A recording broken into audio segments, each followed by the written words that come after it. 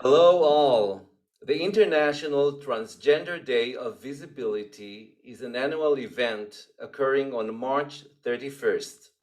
We are holding a special interview today with a special guest for that occasion. Our guest was awarded as one of the 20 most influential CIOs by CXO Talk, Financial Posts, and involved leading 100 LGBT plus executives, finalist CIO of the Year by Women in IT, and Yahoo Finance Outstanding 100 LGBT Executives. She is an award winning gender identity speaker and consultant, entrepreneur, and founder of CAF Services.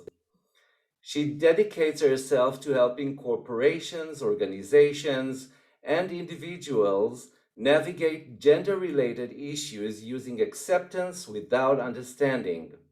She identifies as a white, queer, pansexual woman with transgender history. And in recent years, she served as president of the Rainbow Resource Center in Winnipeg, Manitoba, and was the national chair for Women's March Canada. She is currently working on her new book about acceptance without understanding, and I'm so privileged to have her in my own team at Perry Corporate Coaching. All, please welcome Cynthia Fortlage. Oh, thank you, Perry. That was a beautiful introduction. I'm so happy to have you in this interview. And Thank my you. first question for you is, when did you decide you were a transgender? That's a really interesting question. And when I answer questions, I always answer them completely. So the audience and you will get a complete answer. But I do believe in educating in the process of answering.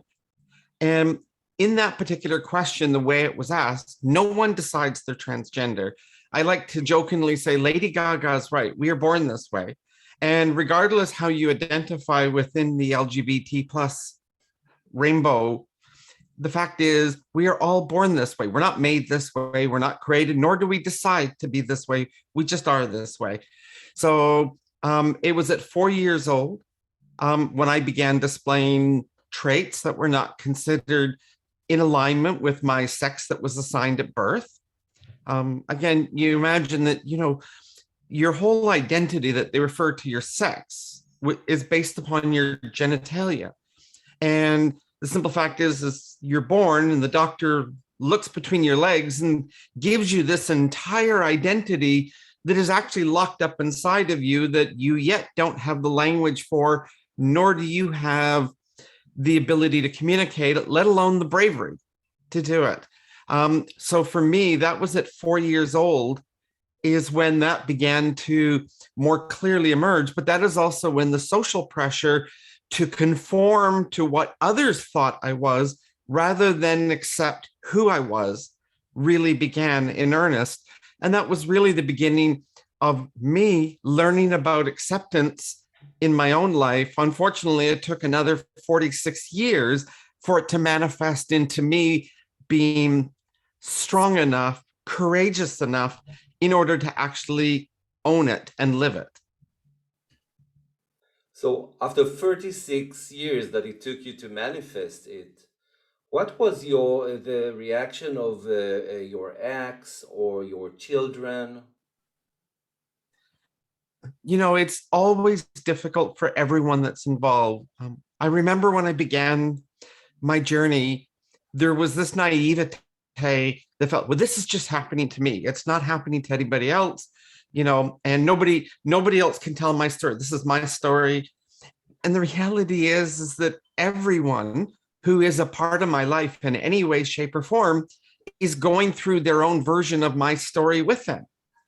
So everyone is transitioning, everyone is journeying at the same time.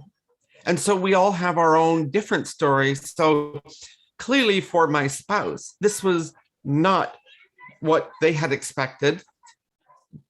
But I also like to remind people, it's not what I had expected either. Because up to that point, it was a very, quote, heterosexual, heteronormative not a great word, but I think the audience will understand it. Living experience, with two kids, the whole bit. So when I came out and told them, I referred to it in the book as it was an atom bomb in our relationship. It literally blew it up. Um, we spent about 16 months in couples therapy trying to work through it, but there was not a loss of love for each other. There just wasn't acceptance. And for me, that was really the concept that I talk about today and is presented in the upcoming book. That is where I talk about that, there's acceptance without understanding, because I had love, but love's not enough.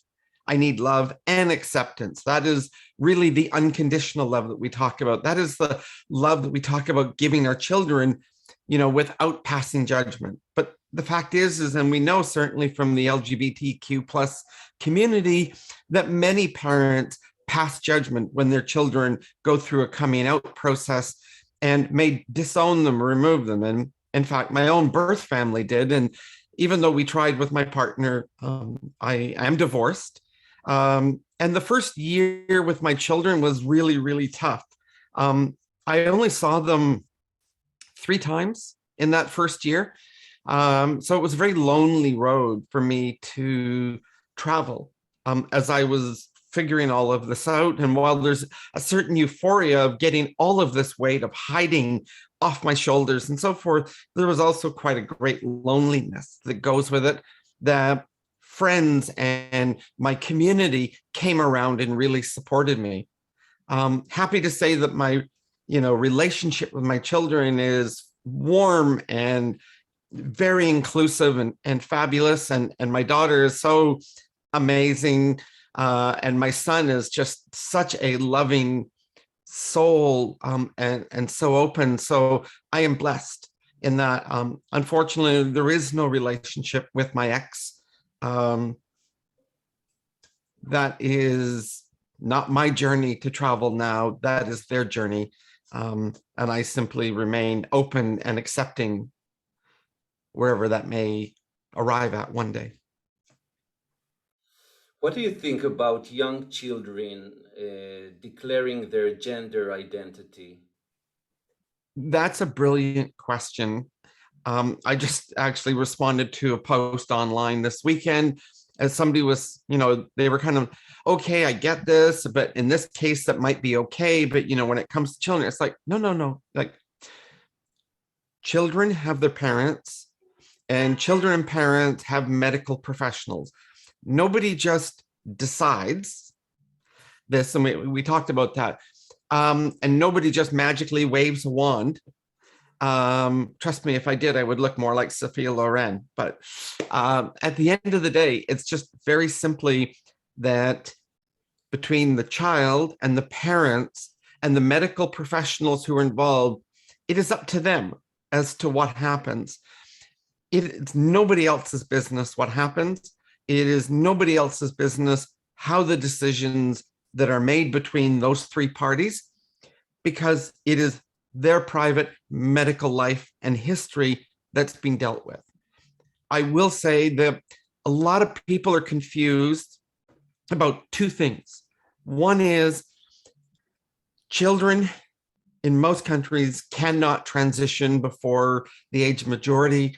In extreme circumstances, I think 16 in North America, they might be given the right of kind of self control over their destiny to deal with it. But other than that, no child is, quote, making life-changing alterations to their body or to their life. The most that they can do under medical supervision is use hormone blockers or puberty blockers specifically. And the interesting thing about puberty blockers is they don't damage the child. They've been around for a long time. And all they simply do is delay or pause the puberty process, because the process of going through the puberty that's assigned with your sex that was assigned at birth can be very detrimental and expensive if, in fact, everyone comes to an understanding that you're going down a different path. Whereas using the puberty blockers It just simply pauses, allows everybody to kind of ask the questions and ensure that they're on the right path, and then actually make a proper decision and head down that path without a detrimental effect.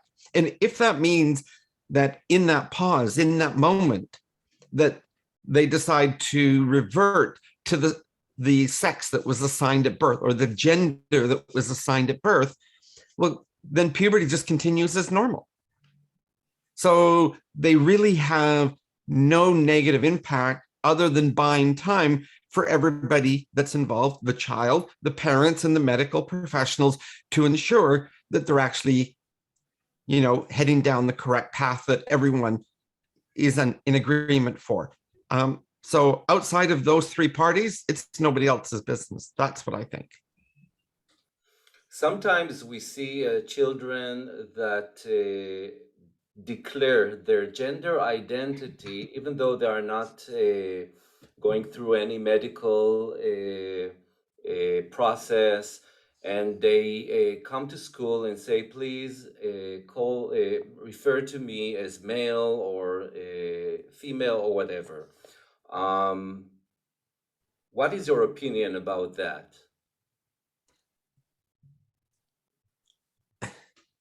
I talk about the idea when I talk about acceptance that people's identity, not just their identity, which is really what we're talking about here, the child's identity is who they say they are, not who we say they are. So if a child comes to me and goes, I knew you as Cynthia, but I want you to call me Sin now, we don't question it because it's just simply a name. But yet, when we talk about a pronoun or we talk about an identity of male, female, intersex, other, because it is a spectrum, that somehow it becomes a question that is way too difficult for us to accept. But the reality is that by not accepting it, you have made a choice, because your choice is literally to accept or to not accept. And if you're not prepared and not ready to accept, that's fine, but that doesn't change the child, right? So in other words, no matter what you do, your really only choice is to accept that the child says that's who they are. Now, the next step is up to you as to whether or not you would say have that child in your life and so forth. But remember, that child can also choose as to whether or not you get to be in their life. And because we know that diversity makes the world so much richer, learning to not try and box people into places we are comfortable with and just be open and accepting to the identity of people of who they are, not who they were, allows us to really open our minds and our hearts to just simply accepting people. So when a child tells me that, and they're not on medical intervention, so it doesn't matter. Then if that was, whoever they were yesterday, but it's about who they are today. And it doesn't hurt me to identify them that way. And maybe they don't like it. Maybe they don't like the name. Maybe they don't like the way people shorten the name or change the name. But the same happens today when, children get teased and they're given a nickname or something. The child didn't ask necessarily for that, and others give them this identity that could in fact be hurtful and spiteful, and yet we seem to be okay with that. Why can't we just simply accept the identity of who the child says they are and allow between them, their parents as a child, and their medical providers to make those important decisions? It's not for us as outsiders. All we can simply do is to accept who they are. Before we move on to your work with organizations and corporations, it's interesting to know you talk a lot about acceptance and acceptance without understanding, but how do you really handle folks that hate you even though they don't really know you? Well, it is a daily occurrence. I would say you start to grow a bit of a thick skin, but that's not really the answer because it still hurts. I'm still a human being. I'm still having emotions and feelings, and they still get attacked and hurt in those moments. The power of acceptance, or acceptance without understanding, is the full saying. Sometimes I'll just simply say acceptance. So acceptance without understanding says, I don't ask you to accept whatever you perceive as my lifestyle or any other aspect or any decisions that you believe I may have made. I simply ask you to accept that I'm a human being.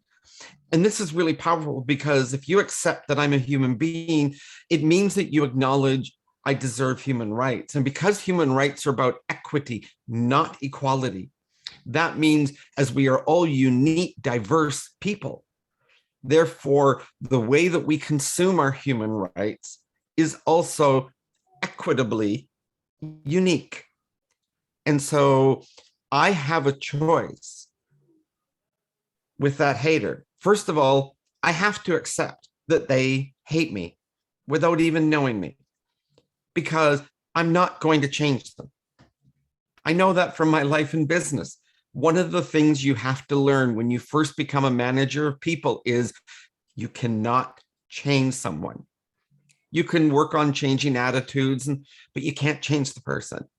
So what you need to do in those cases are accept that that person hates me for no reason than their own perception, their own biases. Now, I do get to make a choice because I get to choose whether or not that person is allowed in my life, is allowed to have impact on me. And I can remove them. I can set a boundary to protect myself that that person's not allowed in my life. Everybody's free to open themselves up and to learn to accept. Because when you learn to accept without understanding, it opens a door to conversation that allows us to grow to acceptance with understanding. And I'm always open to people being open to grow, to learn and unlearn all of the material and biases and socialization that they have been programmed to believe, but is not in fact true. I rarely will engage with the person that hates me because they don't want a conversation. They didn't say, Cynthia, I don't really understand why you are the way you are, but I accept it. But I'm wondering, can we have a discussion? That would be a conversation I'd be open to. But when you get somebody that goes, well, why do you like it?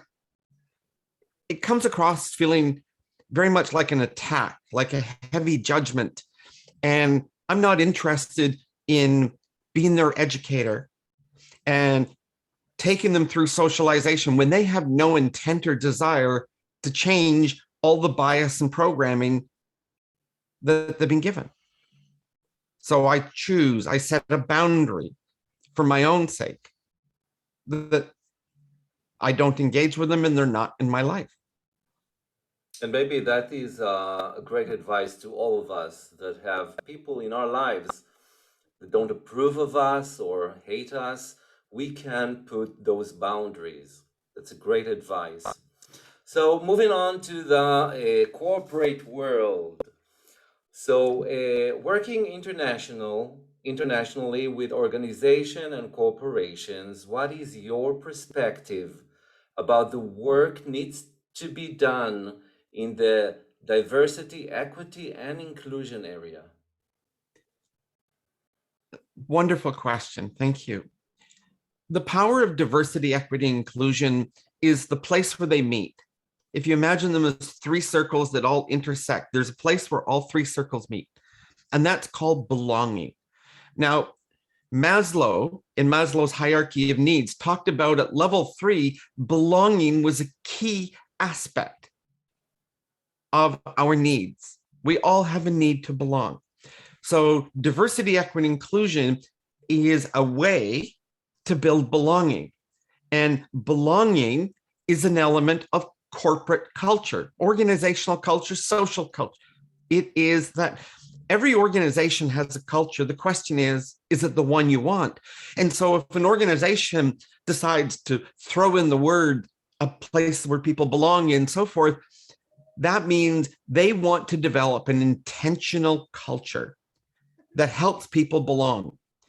Now, if you don't identify within any marginalized category, which typically means you're a heterosexual, cisgender, cis meaning to agree with in Latin, so that you agree with your sex that was assigned at birth, male, white, then you are in that very powerful group.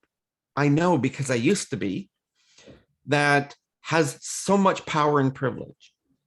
And the whole idea is that when you truly believe that you need to have an organizational culture of belonging, then that means for those folks, they need to use their power and privilege as allies and actively show us allyship and to deal with it. And allyship is so powerful because not only is it an active process, but it's a very special process about creating relationships and relationships based upon trust and consistency and performance, right? It's active.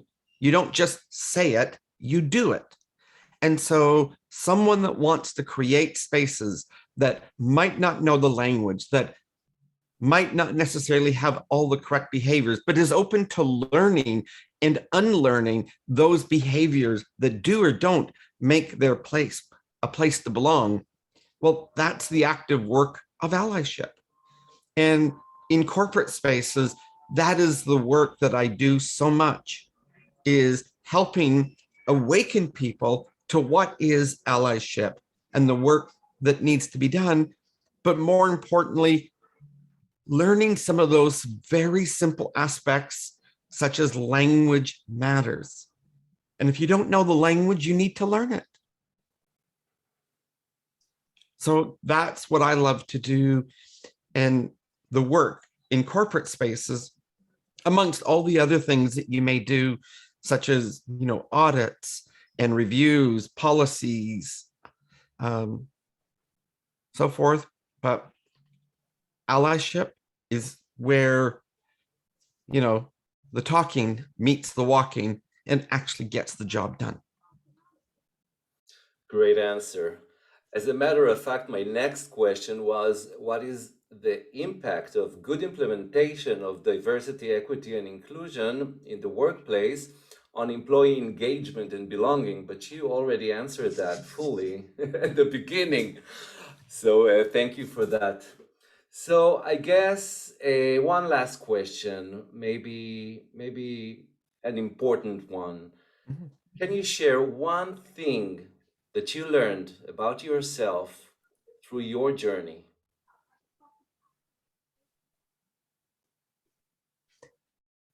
There's so much that I learned, but one of the most important things that I learned, and when I look at my journey, I don't look at my transition journey. That was a few years.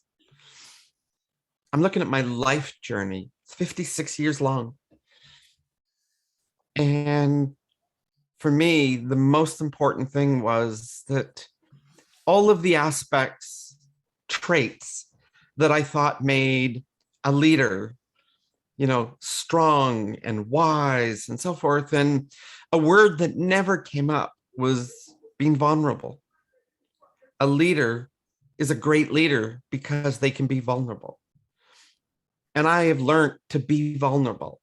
And I have learned in the process of being vulnerable that it creates safe spaces for others to feel vulnerable with me. And that creates honest, open conversations where we can learn and unlearn from each other. Wow. Well, thank you so much, Cynthia. It was truly inspiring to talk and learn from you. And a happy International Transgender Day of Visibility to all. Thank you. Great interview, Cynthia. Are you sure you want to stop recording?